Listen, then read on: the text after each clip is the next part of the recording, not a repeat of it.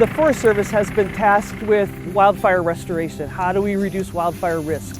And so that means we thin a lot of our forest stands and we end up with a lot of slash piles because there isn't enough infrastructure to be able to handle the material that's being produced. We often burn those slash piles because it's the cheapest thing to do.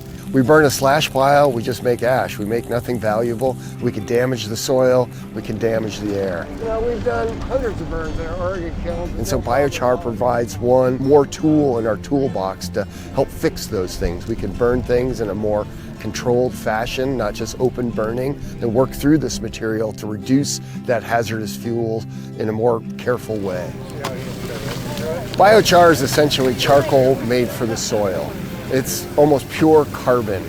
There's a little bit of science behind it. We try to burn the wood in a low oxygen environment, and that means we get a higher carbon product at the end, and we don't get as much going off into the atmosphere. So, you know, even in the kilns that are open, they're burned in such a way that you can keep the smoke and particulates to a minimum and get a high carbon product at the same time.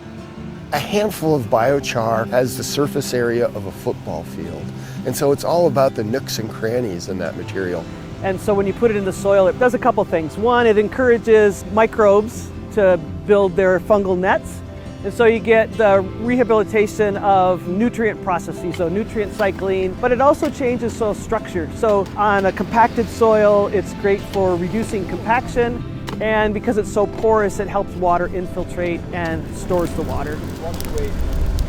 All this material, this waste wood that we're working with, it's actually, some of my colleagues call it liability biomass because it is a liability on the landscape. So here's an alternative that we're trying to introduce that fixes some of those problems.